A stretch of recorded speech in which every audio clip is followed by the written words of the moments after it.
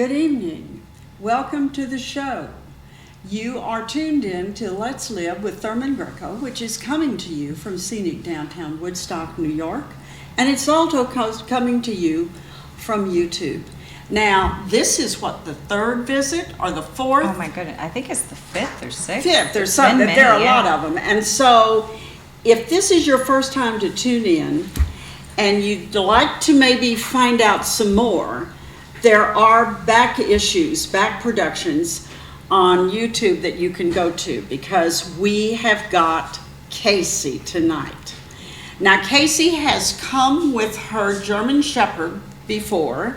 She has come with her snake, her boa constrictor before, but tonight she's here with both of her friends. So I want to start off, Casey. Tell everybody your name and what you do. Well, I'm Casey. I'm a vet assistant at Woodstock Animal Hospital. I am also a licensed wildlife rehabilitator. I have a huge history of working with animals, working with exotics, working with farm animals and wildlife, and now I'm here. And one of my jobs and passions is to teach people about the animals that I love so much. Casey, how did you find her? I found her through a post on Facebook about 5 years ago. This woman was going through a rough divorce, and I guess her husband left his snake at their house. And she wanted nothing to do with the snake. Understandably, a lot of people are afraid of snakes, and she was one of those people. The snake was a baby. Yeah, she was a baby. You know, she could have been older than I thought she was, because sometimes if snakes and other reptiles are not fed appropriately, it can severely stunt their growth, and they can look a lot younger than they actually are. So she was anywhere between 5 months and 2 years old. So I just say she's about 6 years old. She's grown fantastically since then. Obviously, she's a little over 6 feet long now. She started out a little under 2 feet long, and she just has the best temperament. So this family just kind of gave her to me, and I really lucked out. She's a great friend to have. Can I ask a question here? If she had been neglected nutritionally, and she was young, then she would have grown quickly when she got the right kind of food, right? Possibly? Potentially. Three things could happen. She could either grow very quickly, or she could get very sick from eating the correct nutrition, or she could not grow at all. Really? I have seen a snake that was severely neglected throughout its youth. And unfortunately, once I got my hands on it, they said he was about 5 years old, and he looked like a hatchling. I mean, he really looked like, and it was a ball python. If he was truly 5 years old, he should have been, as a male, around 5 feet long, and he was maybe 1.5 feet. So what happened to him? Well, he's still alive, and he's being taken care of by a very good friend of mine.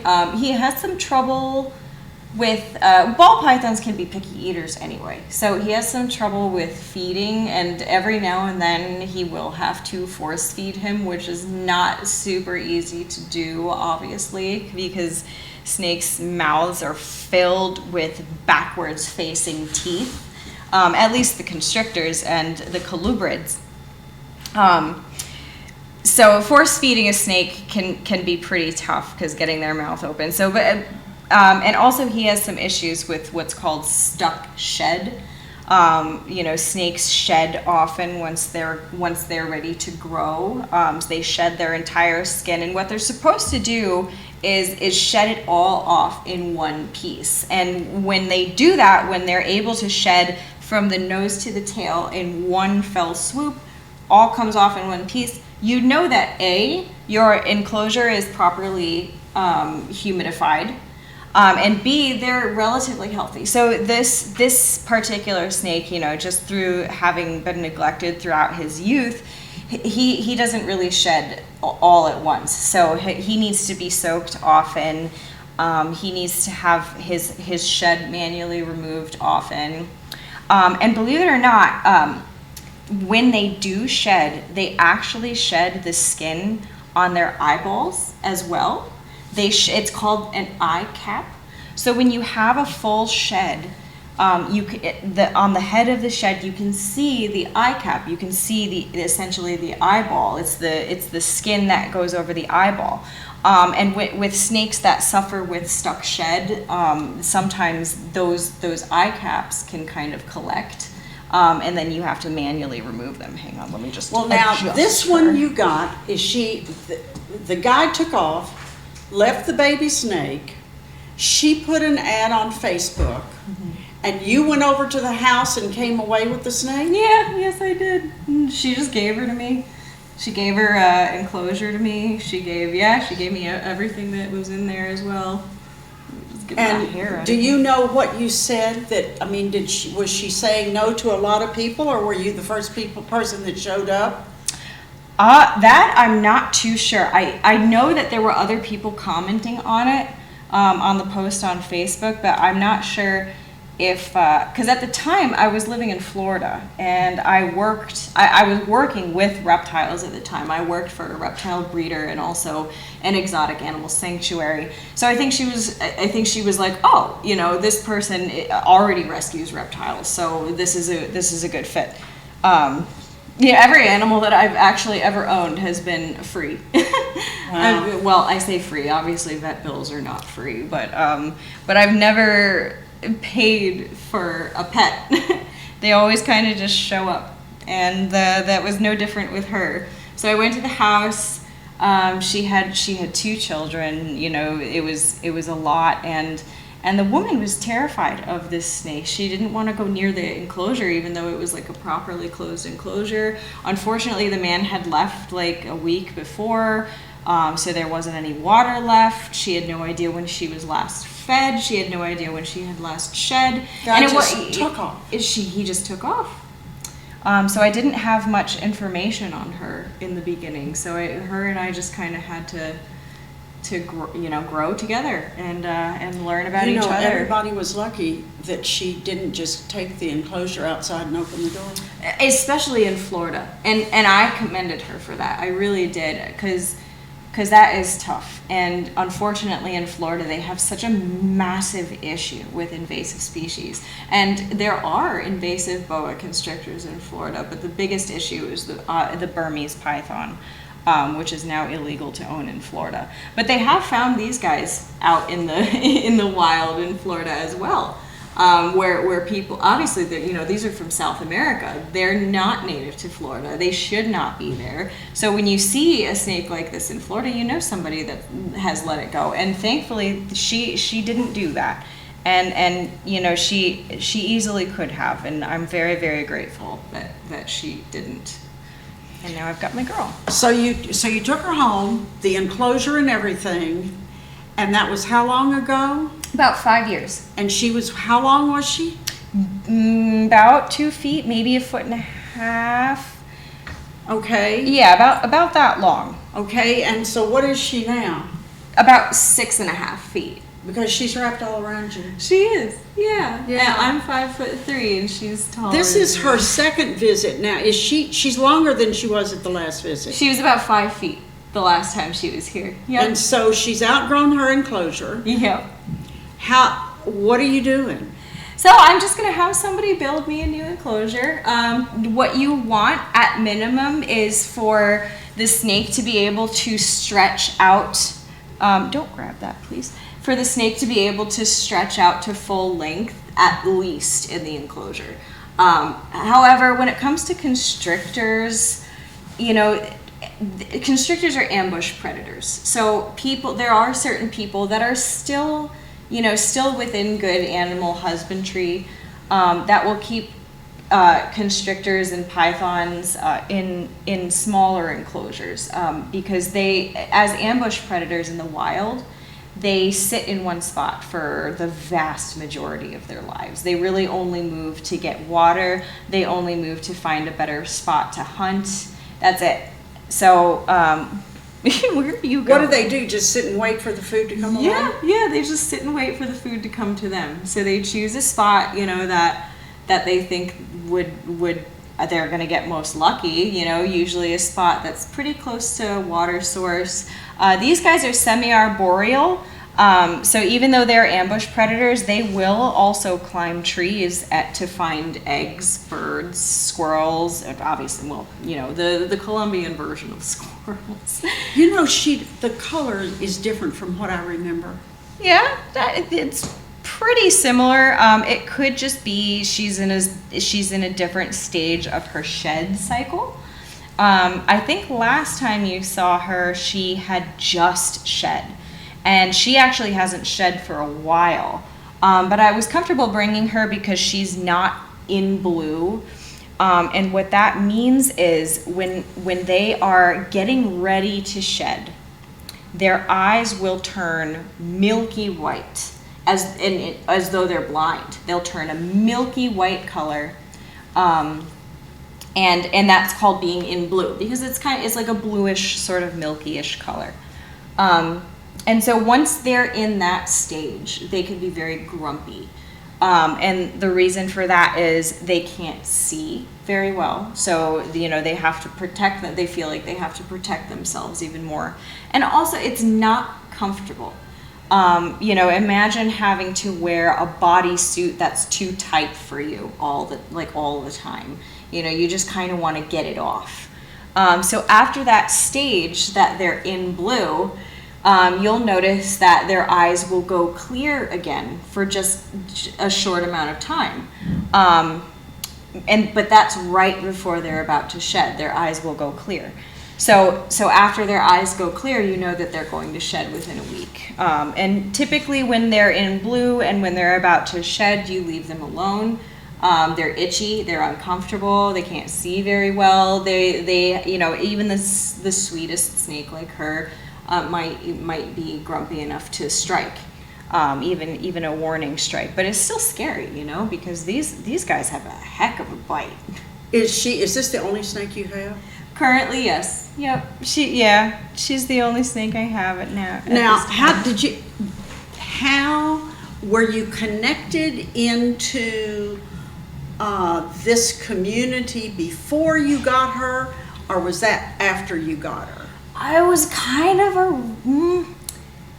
around the same time. I sort of got active in the reptile community a little bit before that because I was working at an exotic sanctuary, and the man that owned it was like a huge reptile guy, and he had this garage filled with snakes.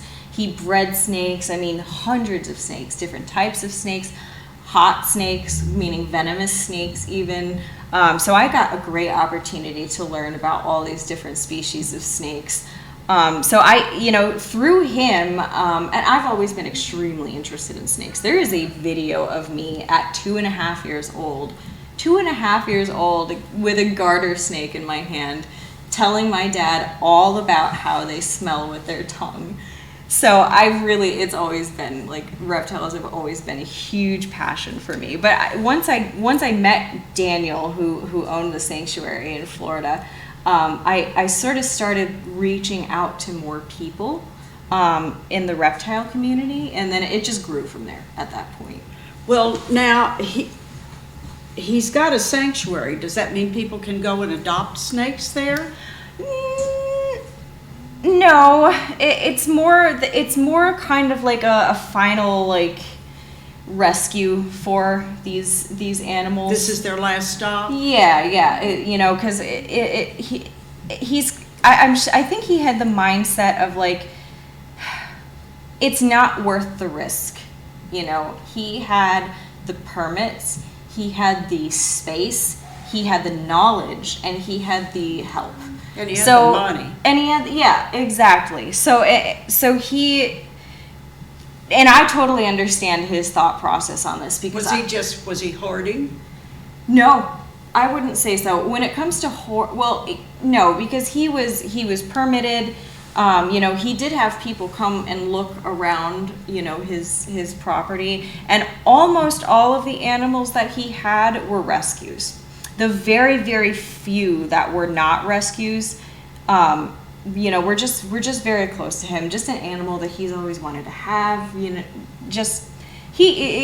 deserved it. And so he had his reptile collection. And, when I think of a hoarder, I think of somebody who doesn't know what they're doing, somebody who just collects animals for the sake of collecting animals. And it was his passion. It was his lifestyle, and he took fantastic care of them. Well, I guess the question that I have is, you were working for him? Yeah. So this guy had all these animals? Yes. And so you got to meet all these animals. Yeah. Did people come from the outside to visit with the animals? Yes, sometimes, and I would also take the animals and do shows and do educational shows for people. So just as an example, Diego, the fennec fox. So a fennec fox is the smallest species of fox. They're the size of a chihuahua, and they're this beautiful sandy tan color. They're darling. Oh, yes. The ears are so adorable. I know, they're huge, and those ears really protect them from the desert heat and the wind. And so I would take Diego around. I would take Flower the skunk around. I would take Leo the lowland paca around. Leo is probably the coolest animal I've ever worked with. I worked with crested porcupines. I worked with red foxes. I worked with marbled foxes. I worked with gray foxes. I mean, it was. How many acres did this guy have? Oh goodness, maybe 100. So he had all kinds of groundskeepers and stuff. It was really just me. It was just you. Yeah. Okay. he took care of the. There was another woman, Jackie. Jackie also worked there. So it was me and her, and obviously, if God forbid one of us got sick, then Daniel or his wife would take care of the animals that day. Oh my God. And truly, it was just such a fantastic experience. I mean, to this day, I've never been bitten by a dog in my field of work as like a vet tech and like a dog trainer and all the work. But I did get bit by a fox once, and it was when I was trying to move them from one enclosure to the other. And we had three foxes. 2 were normal red foxes like you'd see around here, and 1 was a marbled fox, which is, I'm going to say this very lightly, it is a domestic species of fox. It is still not domestic, which is why it was at this sanctuary, because somebody bought this fox and was like, oh my God, this isn't a dog, Yeah. They are so wildly different from dogs. So we had to move their enclosures. They made this gorgeous, they had a fantastic closure beforehand, but like Daniel himself built this gorgeous, massive enclosure that's bigger than this room. And so we had to, for the 3 foxes. And so we had to move the foxes from one enclosure to the other. And the 2, so the marbled fox, I forget her name, Shenzi. She was pure white. So I got her into a cage. And foxes talk with their mouths a lot. They bite a lot because it's part of their communication. So I had Kevlar gloves on. So Kevlar is a bulletproof material. So I had Kevlar gloves on. I managed to get Shenzi into the enclosure. Now the other female, Ava, was the red fox, the female red fox, and I swear to you, she was my best friend. This fox and I were so bonded. Really so bonded. And so I just picked her up and carried her like a baby to the other enclosure. She and I were really, really close. I miss her so much.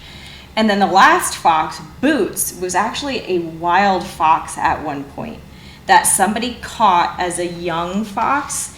And, unless you can't really domesticate a fox, but But you can make them sort of friendly-ish towards people like Ava, but even Ava would still bite me. She would bite the crap out of my arms, you know, like even though she was like a good friend of mine, that's just how she talked.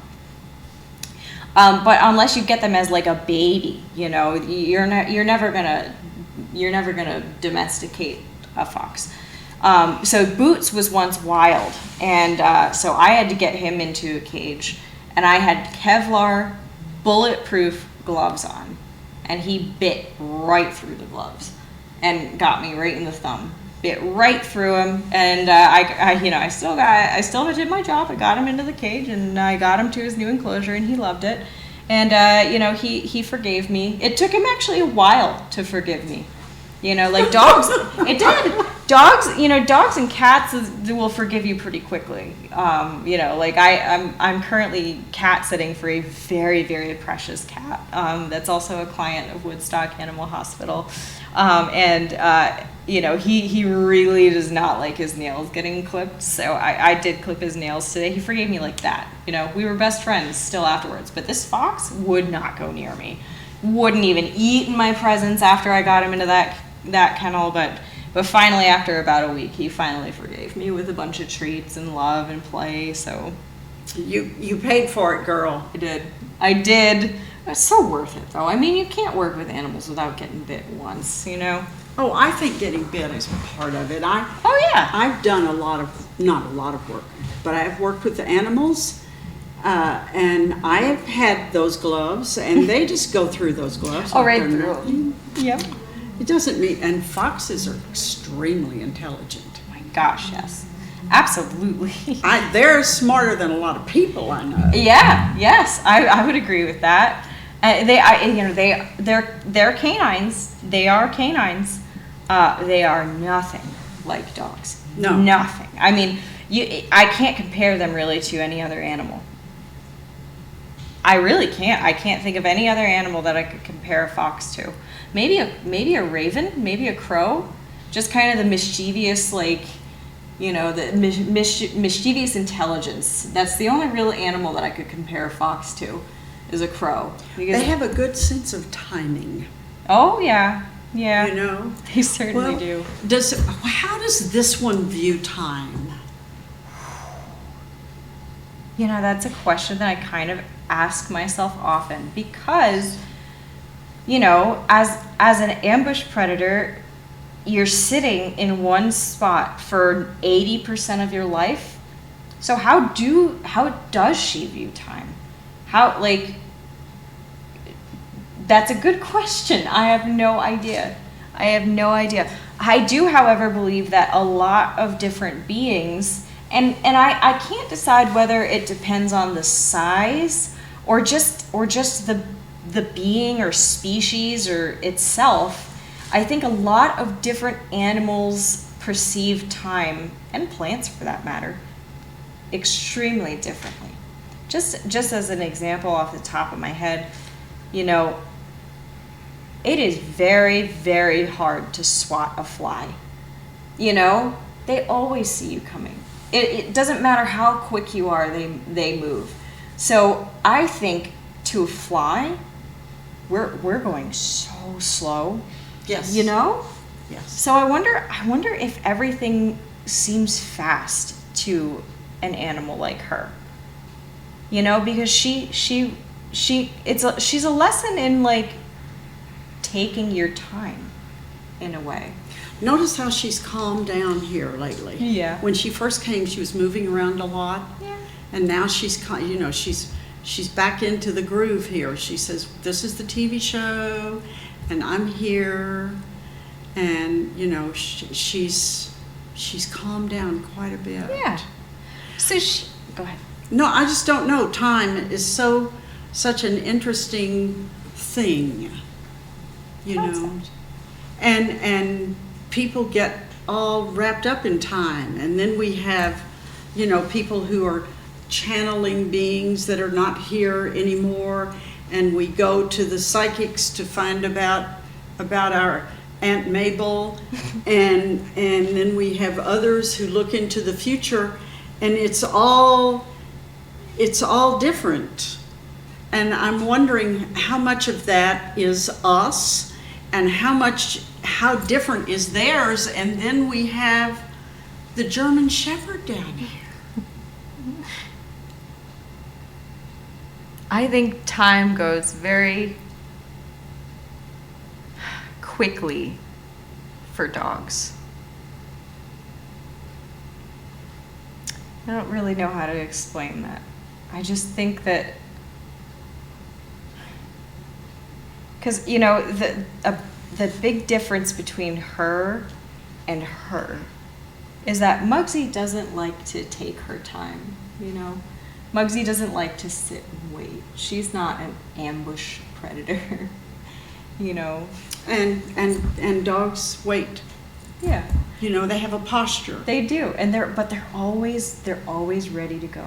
You Yes. know? And then you know, then there's cats.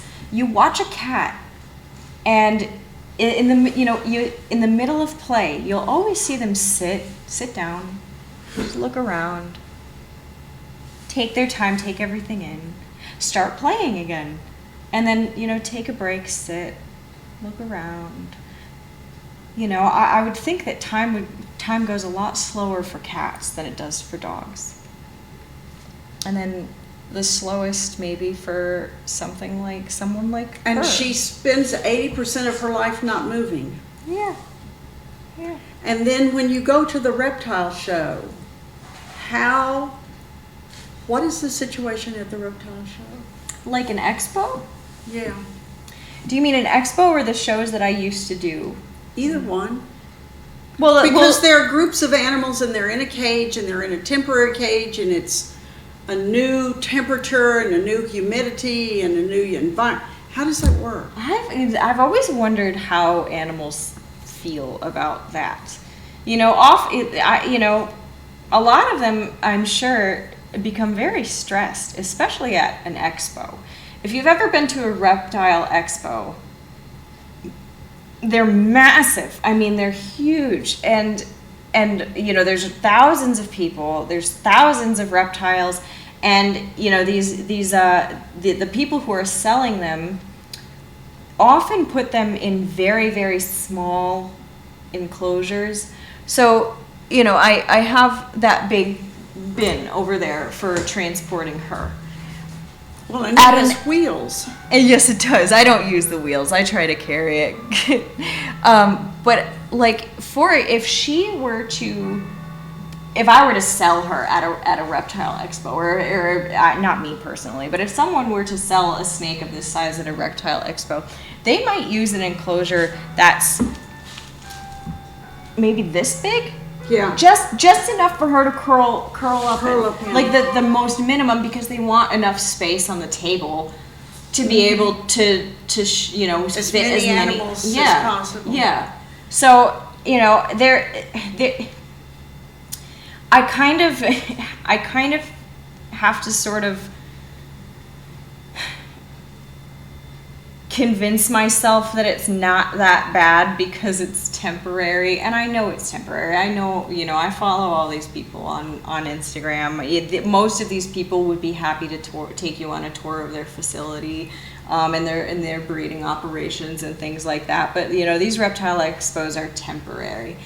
The issue is there's not a lot of vetting when it comes to like who they sell these animals to. So right. Anybody with the money. Yeah, exactly. What I really don't like to see, and people might not agree with me here, and I get it, but people are probably not going to agree with me here, but I don't like children at reptile expos for a lot of reasons.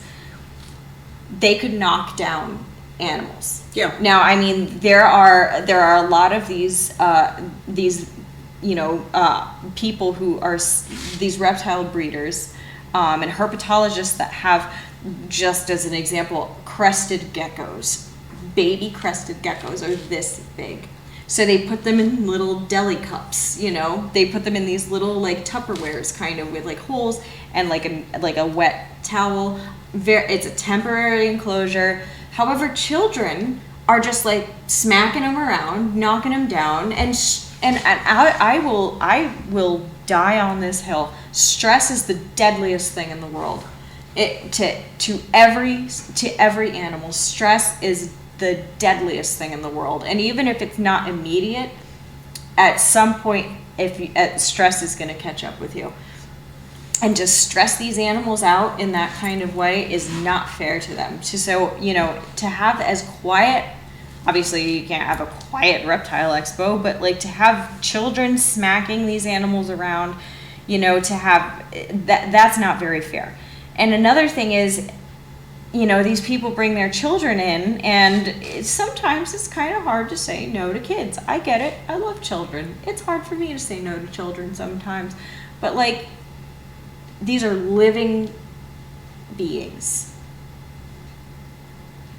You cannot expect your 8-year-old to take care of an animal of really any reptile. And a huge one that people like to buy for their kids are turtles and tortoises. And they live anywhere between 60 to 100 years old. They're going to be alive longer than that parent is going to be alive. Mm-hmm. And people really like to buy those for their kids. So, taking your child around a reptile expo, using it as a zoo isn't really fair to the animals, but also buying these animals for children also isn't fair. And not vetting the clients that are coming up to you isn't really fair either. But when you're a mass breeder of reptiles, it's sort of hard to keep in contact with every single person that you sell your animals to, your prized animals to. So there's a lot of kind of bad in the community, but there's the people that I am friends with, the people that I know are working very hard to rectify a lot of these issues. Some of these things that I won't go over, but because it's just not good. It's pretty heartbreaking, but I have a friend, Dylan, who made a Facebook page calling out a bunch of these reptile breeders who are just terrible people. And sort of making it known to the people who run these expos, hey, do not allow this person to sell at your expo. And if they continue to allow this person to sell at their expo, then a lot of the really good, reputable breeders out there are not going to go to those expos. And these horrible breeders that cull overstock, these are living beings. They cull overstock like as though you bought a bunch of toilet paper and you have too much and you don't have any space for it, so you throw some out. That's what some of these people do with their animals, and so they're being called out. People are being called out for lack of proper husbandry, for keeping animals, and so we're working on making it better. We're working on making people realize that reptiles should be legal to own, and because a lot of them are becoming illegal very quickly because of the bad husbandry, because of the bad seeds that are causing us to have a bad name. But we're kind of taking a stand, and a lot of these good people are really taking a stand to make it known that there are really, really good herpetologists out there. There are really, really good reptile breeders out there, and that they should set that's the standard, and that's what it should be, and that's what people should look for if you're going to be buying a reptile. So what you're saying is that you have self-policing. Yes. Yeah. Yep. And not by choice. Not really, no, because these people are just giving us, well, I say us because I am part of the community. I might not be a reptile breeder. I might just have one, precious snake. But I'm very active in the community, and I really support these people, and I really support legislation that makes sure that people are doing these things humanely, having proper animal husbandry, setting up permits and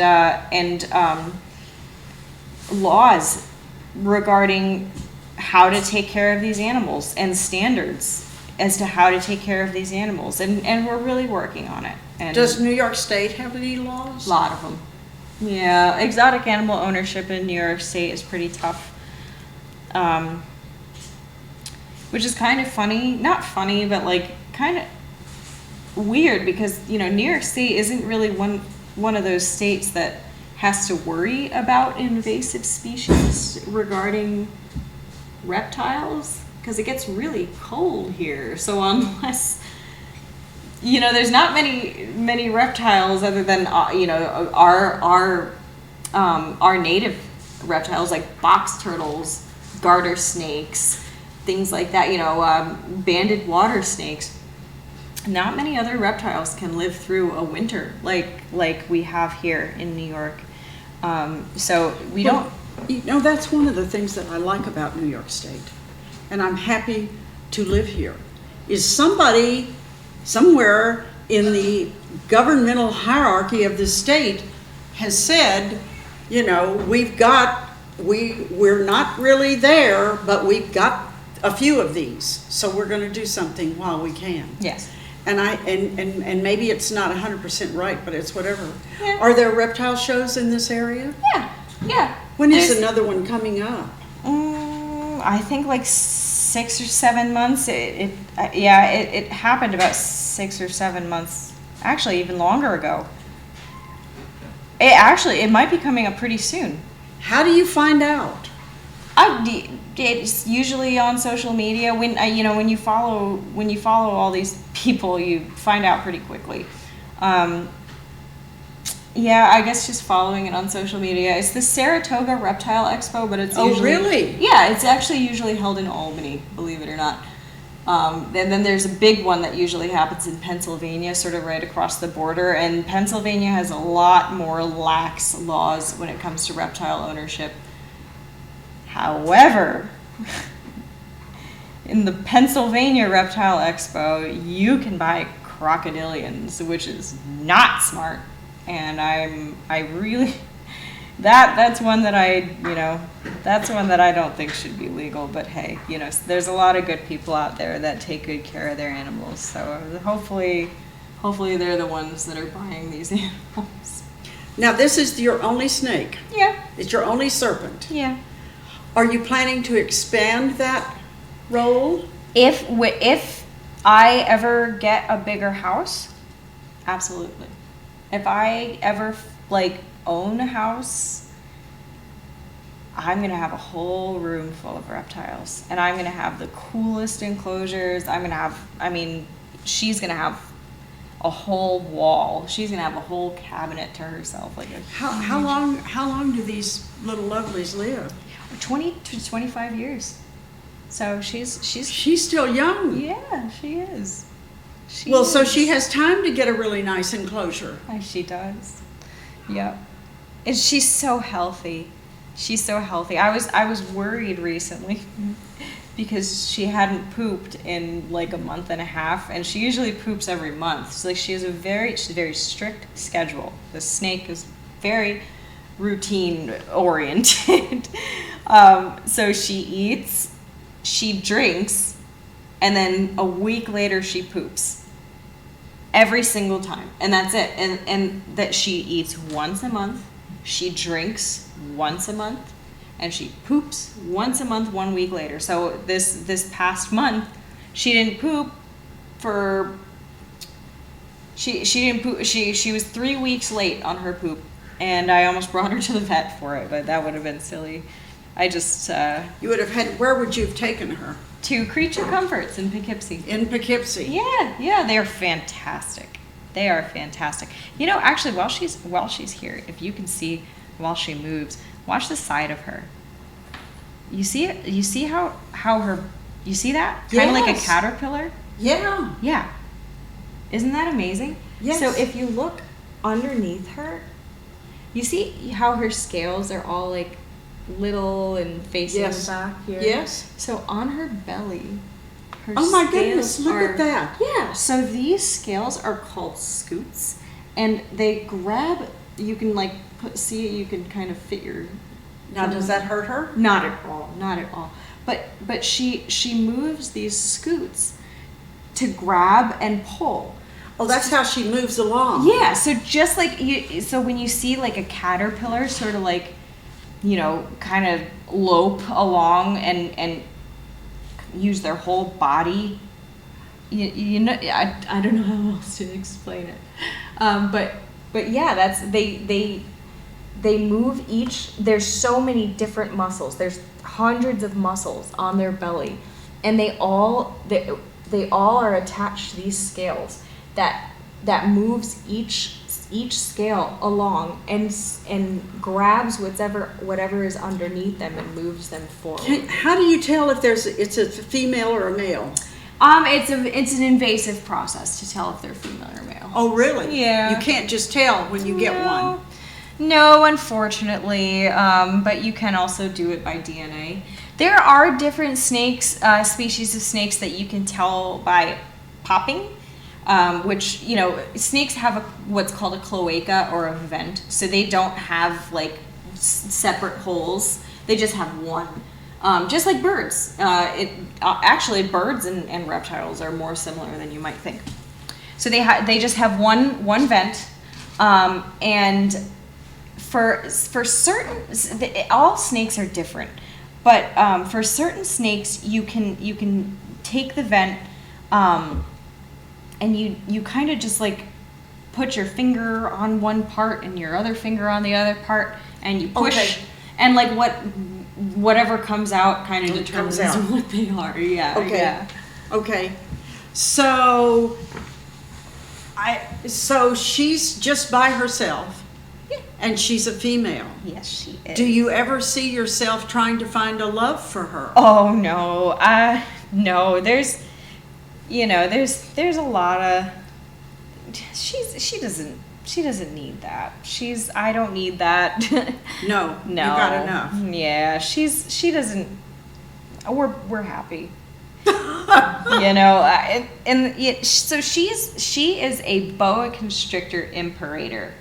A lot of people mistake these for a Colombian red-tailed boa constrictor, and they are extremely similar. They're from a similar area.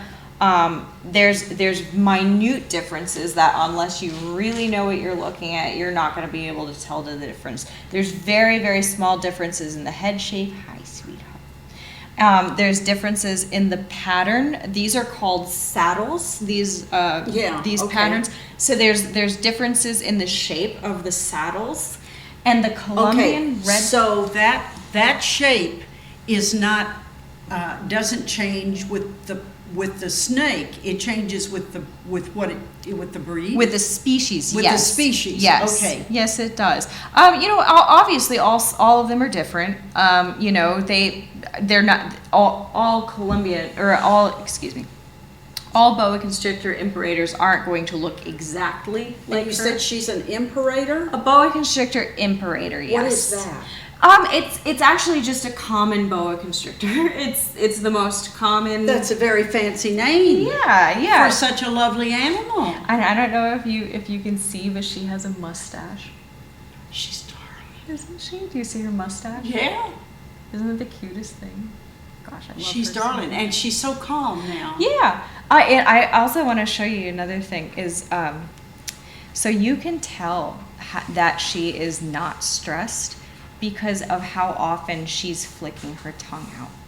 So a very stressed snake will. Then she's got to do a lot because Yes. she's getting information. Exactly. A very stressed snake, and if you could look close enough, her eye, if she was very stressed out, her pupils would be much, much bigger to take in more light, to take in more information, and her tongue would be flickering back and forth very, very quickly. But she's very relaxed. She's used to this. I took her to shows in Florida when I did the other shows. See if you can see her mustache. You see her little mustache? Oh my goodness! Yeah. There she is. So you take her down to Poughkeepsie once in a while, huh? I haven't taken her quite yet. Do they need shots? Not really, no. Thank goodness. What she probably should have is like a fecal test just to make sure she doesn't have any parasites. Right. These guys can get parasites, and they can also get mites. And I'm gonna knock on wood. Thank God she's never gotten them. I don't even, they just show up. But she has never had an issue with mites, thankfully.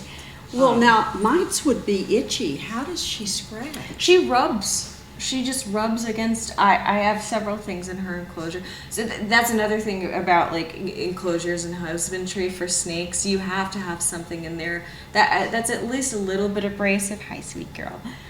So that they can rub and itch, and that's also how they shed. Because otherwise, the skin isn't just going to fall off. They really have to move it on their own. Now, maybe next time I'll bring her one of her sheds. I have a whole shed from her, and I can show you the eye caps and everything, which is very interesting. Well, now, how does she interact with your German Shepherd? I don't let them interact. It's just not worth it to me. Even though she's very friendly and she's not super huge, 6 feet. I've seen this species up to 13 feet, and massive animals. Even though she's not that big, she could potentially actually kill my 75-pound dog if she got around her neck. Right. So you make sure that she stays in. Yeah. Yes. One of my first jobs, I was working at, what was it called? The Children's Museum of Science and Technology. I think it's still open. It's in Troy. They used to have Susie and Otis the owl. I think Susie recently passed away. Anyway, so there was a boa constrictor imperator there. It was one of the first animals I ever worked for. I was maybe 19, and I started doing educational shows with these animals that they had at the museum. And one day I went to the Great Escape. The Great Escape in Lake George. I went to the Great Escape, and we set up a little tent to do our show. And the boa constrictor that they had. They didn't name their animals, but I named her Diamond. I thought she looked like a diamond. So we had this tent outside, and I had her. She was about maybe 11 or 12 feet long, and probably twice the thickness of her. Twice as fat. Twice as fat, yeah. So she a lot of snakes are a lot of snakes that you see that are owned by people are fat. She's a very, very good size. But anyway, so Diamond was a little bit fat. So I had her around my waist, and we were out, like it was hot. We had like a little tent. We were outside, very warm, and then we walked inside, and I still had her around my waist. We walked inside somewhere, and it became it was cold. It was air conditioned. And she, being a snake, a cold-blooded animal, got cold. Oh, yeah? She just groaned. So she's wrapped really hard around my waist. I mean, she hurt me. She didn't mean to. She was just so cold. Yeah, she came in from 85 degrees in the shade to 65 degrees, the snap of a finger. She was cold, so she tightened around me for warmth. And I swear, if she had, I ran back outside with her, if she like loosened up, if she continued, she would have broken my ribs. I mean, wow. They are extremely powerful. They are made of muscle, and their jaws are super powerful too. You can see well, you can see them there. The muscles there, yeah. Yeah. I mean, it's just like a pit bull, Yeah. Like you see like those big jowls on pit bulls and how strong their jaws are. It's just the same thing. I mean, they have such a powerful bite. Let me see if I can show it on the camera. There, yeah, you can see those two muscles right there on the top. Yeah. So powerful. Yeah. Oh, she's being so good. I'm so proud of her. I mean, they're just incredible. I could talk forever about snakes. Really, I could. So with her species versus the Colombian red tail, so you can see she's got this gorgeous like rusty red tail. Now, the true red tails, their tails are there. It's not like the rusty color. It's they're absolutely bright red, like blood red, gorgeous, super bright red. So that's another way you can kind of tell the difference. I think they're fantastic animals to have, as long as you know what you're doing. Well, she's coexisting with a dog. Mm-hmm. And have you got birds? No, just my dog, my cat, and her. Is it okay to coexist with a bird? Oh no, she would eat a bird. Okay. Oh yeah, yeah. Okay. Yep. So she's got this cage that she's in, and you're looking to get a bigger cage. Yeah. Well, maybe somebody can contact you, and you can get a bigger cage. That would be fantastic. She's luscious. Isn't she? She's just a pleasure to own. Do they ever make friends with other snakes? No, they're solitary. They are, obviously, except when they're mating. But yeah, some people like to cohabitate them, but it's really not good for their mental health. Really? Yeah, they really shouldn't be cohabitated. So, I recently actually took a trip to Florida, and we went to the zoo. I'm not going to name the zoo just because I'm not going to say nice things about them. But we went to the zoo, and, they were cohabitating venomous snakes with king snakes. And king snakes eat other snakes. And I don't know how they got these snakes to not eat each other, but I don't want to know how. King snakes' main diet is other snakes. That's why they're called king snakes. So they have these king snakes in. Maybe they didn't know. Oh, the zoo? Oh my goodness, they should. I hope they know. You know. Maybe they didn't know. Gosh, I hope they do. But I was a little disappointed to see that. And I mean, they had, let me see, 1, 2, 3, 4 species of snake in this one enclosure. It was very strange to see. Probably all they had, too. Well, now let me ask you something. If somebody sees a little snake in their yard, because now it's getting to be spring, Yeah. and if they want to try to have that snake as a pet, can they do that? No. It's not a good idea for a lot of reasons. Okay. Diseases is one of those. They absolutely can carry salmonella. They likely will not. They could survive in captivity, but they likely will not. Snakes are, especially with the snakes up here. So snakes that live in a like a seasonal climate like we have in New York go into brumation, which is the reptile version of hibernation. Okay. So they brumate over the winter. And if you were to have one of these species, such as a garter snake or a banded water snake, or a milk snake, if you were to or a corn snake, rat snake, if you were to have one of these species, if you took it from the wild, now if you bred it in captivity, this is not necessarily true, but if you took it from the wild, you would have to put it into brumation for a certain part of the year. You would need to make sure that the climate is meticulously kept, that the humidity is meticulously kept, that they had a fantastic variety in their diet, but it's not a good idea to take any animal from the wild and bring it in, because they're part of the ecosystem. If you take a rat snake from your yard and you bring it into your house and you keep it as a pet. Sure, it might make a good pet after a while, but then you're going to start noticing a lot more rats around your house. Really? Yeah, because they are there to take care of the pests. They are there to balance out the ecosystem.